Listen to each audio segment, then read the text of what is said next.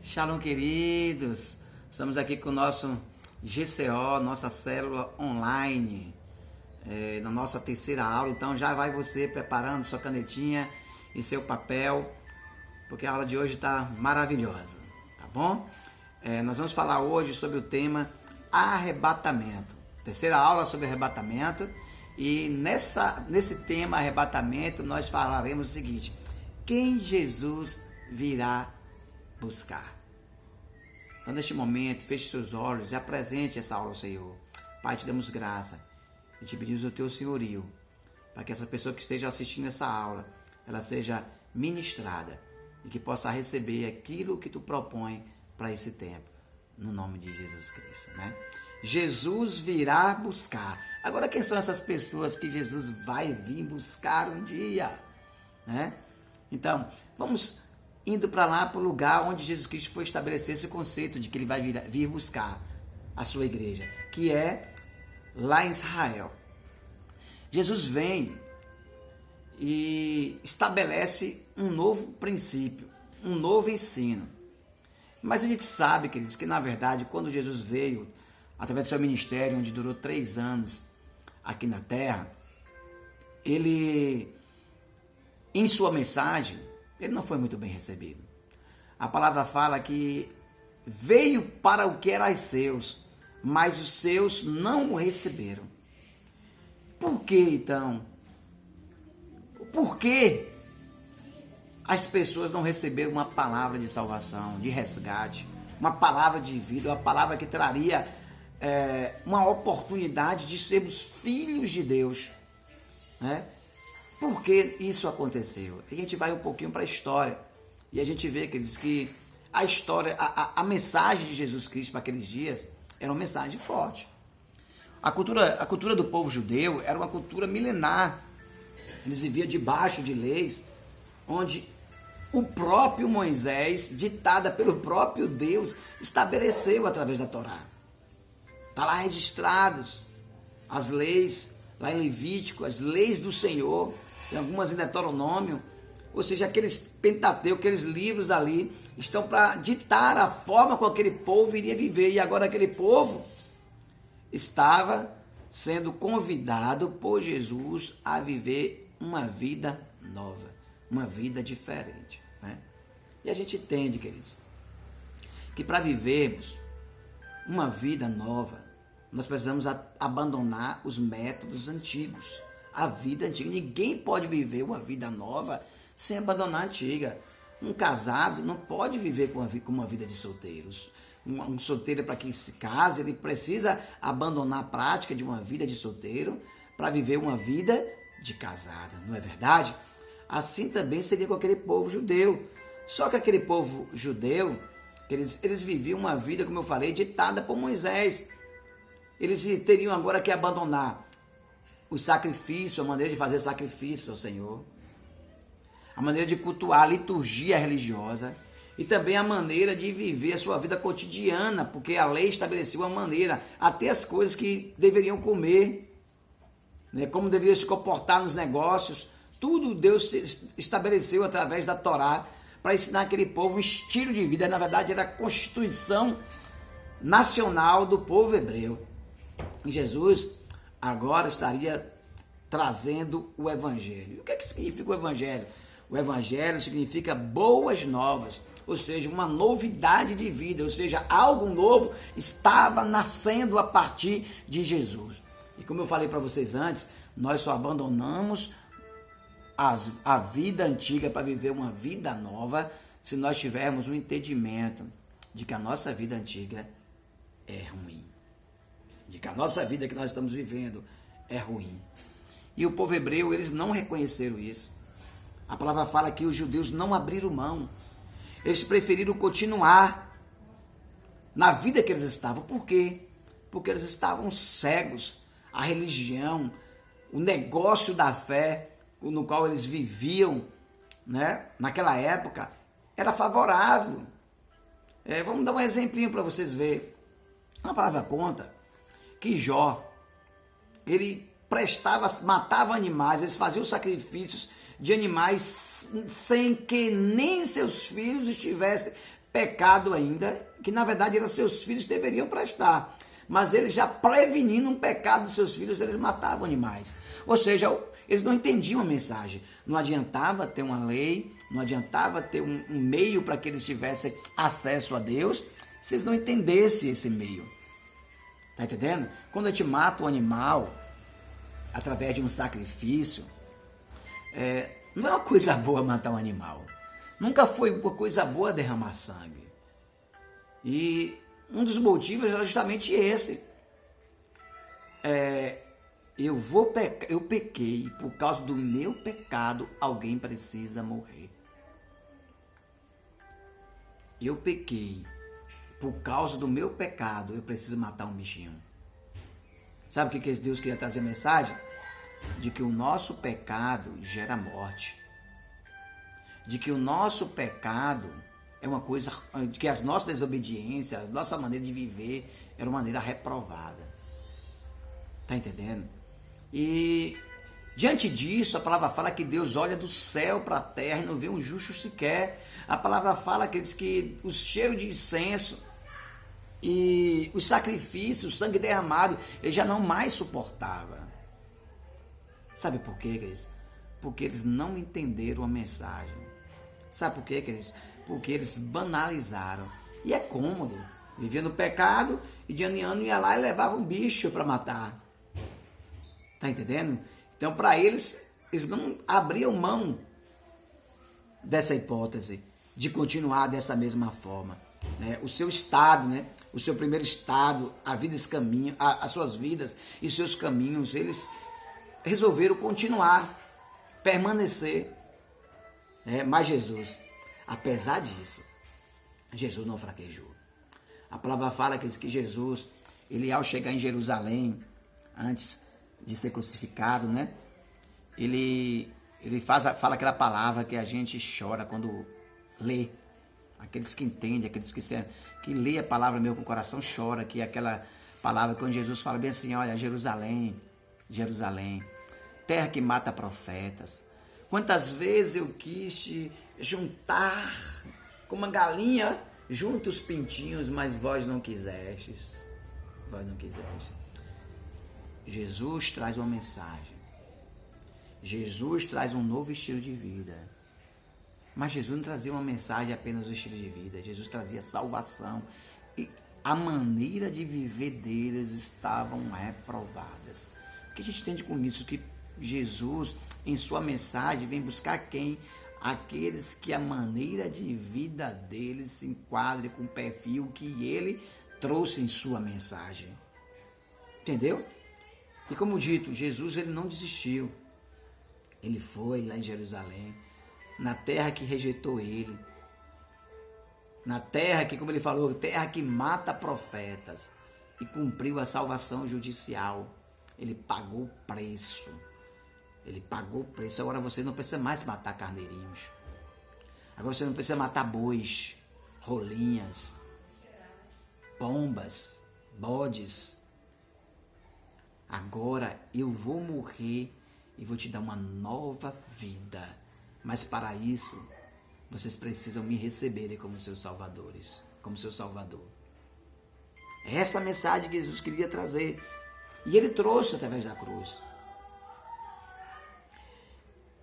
Mas, logo depois, quando ele é ressuscitado, e antes de ascender o céu, ele disse para o seu discípulo, eu vou, mas eu voltarei. A palavra fala que os anjos também, quando eles subiram, e as pessoas que viram ele ascender aos céus, os anjos lá do céu respondem e falam bem assim para eles, olha, por que você está olhando para cá? Não vê que esse mesmo Jesus que subiu, do mesmo jeito ele vai voltar? Esse voltar justamente seria para buscar aqueles que se enquadrassem nos requisitos que ele estabeleceu. Aqueles que recebessem a nova vida. Aqueles que reconhecessem o seu estado. E nós vamos falar justamente sobre isso. Sobre os requisitos que Jesus estabeleceu, né? Para aqueles que seriam buscados. Que seriam aqueles que Jesus ia buscar? Primeiro, diga assim comigo, primeiro, anote aí. aqueles que reconhecerem nele a salvação e a esperança. Sabe quem reconhece Jesus como Salvador? Aqueles que entendem que estão perdidos.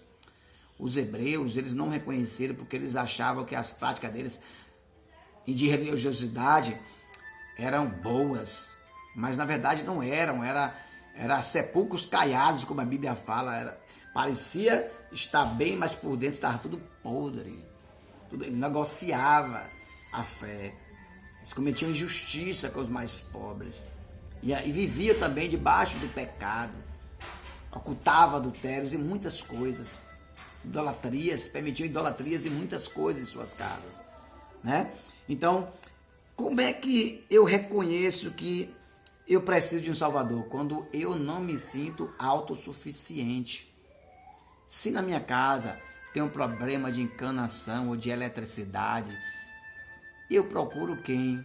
Um pedreiro, um encanador, um eletricista, porque eu não me sinto autossuficiente, ainda mais eletricidade, que eu não gosto muito de mexer com eletricidade.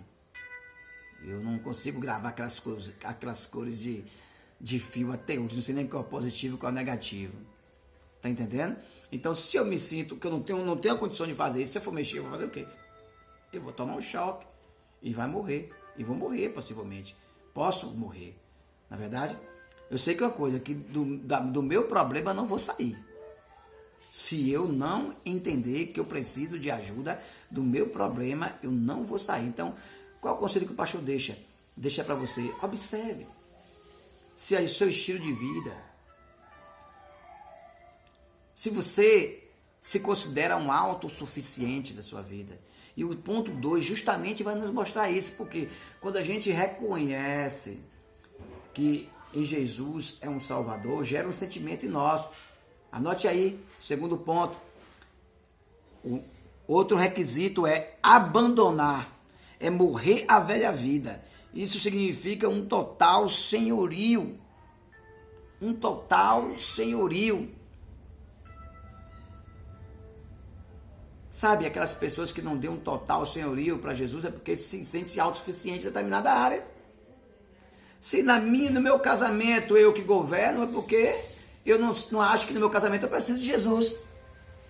Se no meu trabalho eu me governo, é porque no meu trabalho eu não preciso de Jesus, eu estou dando o Senhor para mim.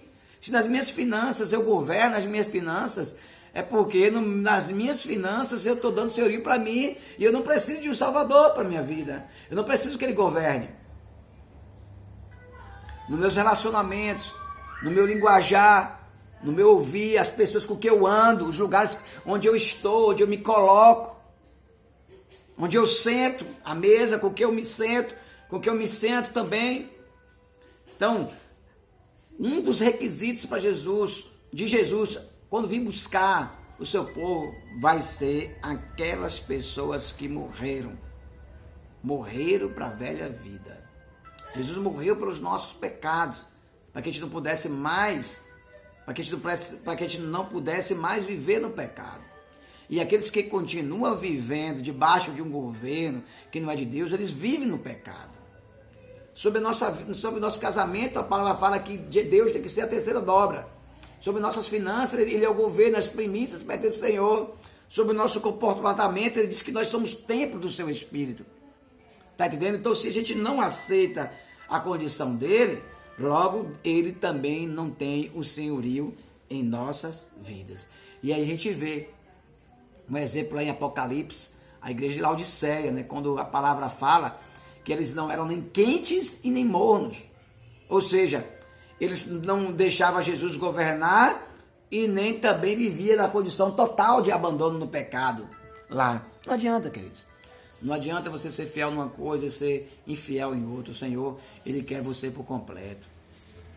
Já deu um exemplo na igreja uma certa feita que Jesus é como uma luva. Nós somos como uma luva, perdão. E Jesus, Ele encaixa certinho, ó, dentro da luva, do nosso corpo. Uma pedrinha dentro da luva, fura a luva, incomoda. Se for de silicone, fura. Se for daquelas mais fortes, incomoda, vai dar calo, vai machucar. Entendeu? O pecado machuca Jesus nas nossas vidas. Entristece, a Bíblia fala que entristece o Espírito. Então nós precisamos mover a velha vida e receber a nova vida. Terceiro requisito, caminhar. Nesse conceito caminhar, eu dividi em 3 partes. Anote aí. Terceiro requisito, caminhar.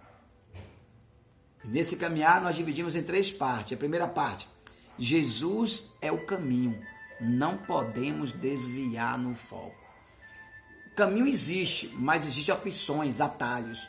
Jesus é o caminho. Pedro perdeu o foco e deixou de desfrutar mais do milagre. Quem perde o foco, quem começa a caminhar, desfruta do milagre.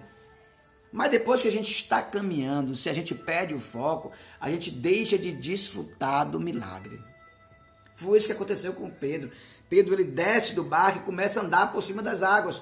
Mas daqui a pouco ele vê o vento forte, ele não olha mais para Jesus, aquele rosto lindo. Olhou para o vento tenebroso. A humanidade tem o evangelho, tem os milagres, tem as promessas do Senhor, mas ela deixa de ouvir as promessas, começa a ouvir pessoas que falam, não tem jeito, a medicina não tem jeito, vai acontecer, não vai dar certo. Está entendendo? E aí o que acontece? A tarde desfrutando do milagre começa a afundar. Então, o primeiro ponto desse terceiro tópico é que nós precisamos andar num caminho e nunca desviar o foco. Segundo, para caminhar, esse caminhar resulta numa aproximação.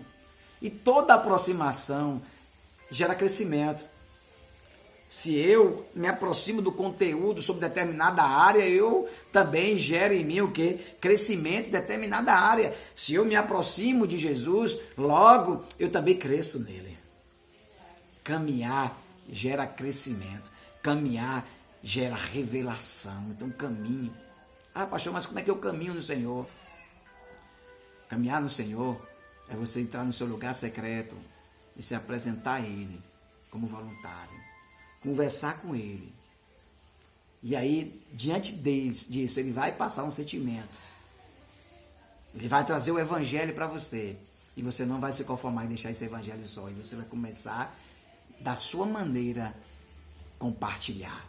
Seja no seu trabalho, seja na sua escola, seja na sua casa com seus pais e irmãos, seja no seu rol de amizades, você vai compartilhar. Isso é caminhar no Senhor. E depois que a gente reconhece Ele como Salvador, depois que a gente abandona a velha vida, depois que a gente começa a caminhar, nós precisamos perseverar. A palavra já diz que aqueles que perseverar até o fim serão salvos. Só os que perseverar até o fim serão salvos. E perseverar, queridos, fala de 3 coisas também, anote aí. Primeira coisa, total confiança. Quem persevera é porque acredita que aquela pessoa vai trazer. Mas está faltando 5 minutos, mas ele diz que traz. E ele traz. A Bíblia fala que Deus fala que, na sua palavra, que quem começou a boa obra é fiel para cumprir. Ele é fiel e verdadeiro. Então, se nós acreditamos que o Senhor, Ele é fiel, então vamos confiar nele. Persevere e acredite no Senhor. Espere no Senhor. O texto fala, espere no Senhor. Espere, pois, no Senhor. O segundo desse tópico é convicção da mensagem. Ninguém persevera se não tem convicção da mensagem. Todos aqueles que se distanciaram do Evangelho, todos aqueles que se distanciaram do Senhor porque tinham dúvidas. Algumas sobre finanças, outras sobre realmente se isso é verdade.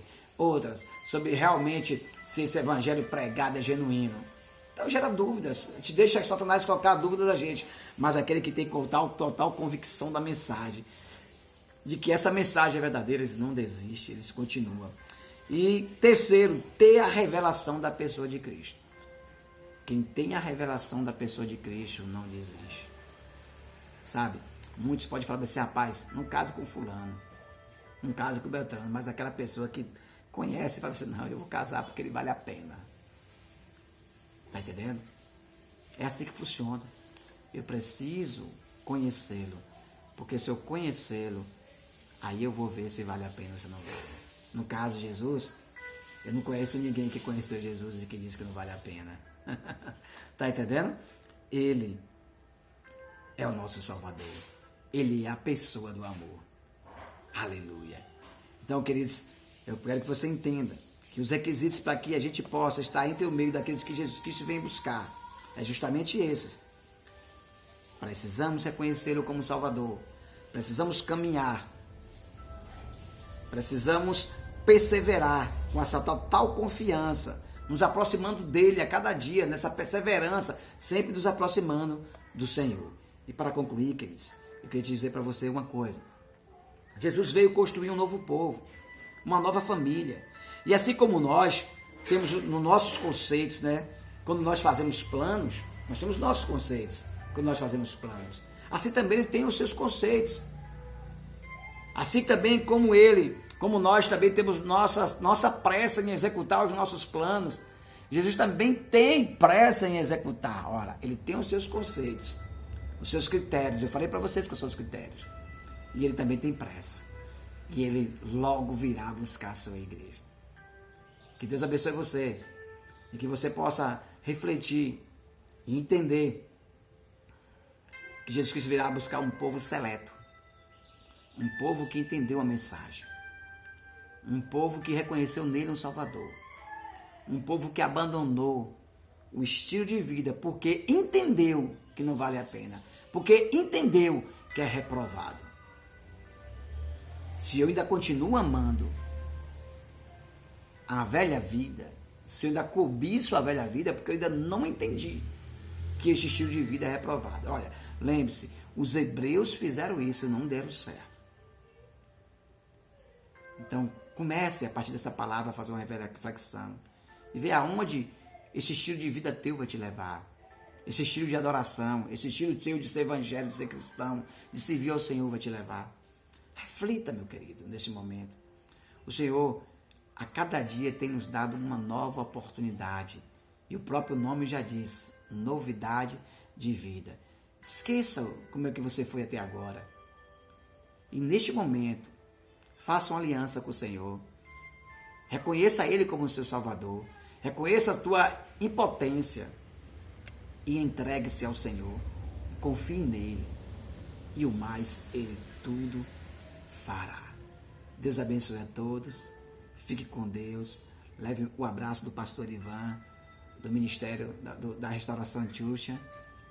Quero dizer que nós amamos você. Logo, logo, nos vemos na próxima aula. Anote isso aí. Guarde com carinho que vai servir para você algum dia. Tá bom? Deus abençoe. Também queria dizer para você, compartilhe essa mensagem. Deus abençoe a todos.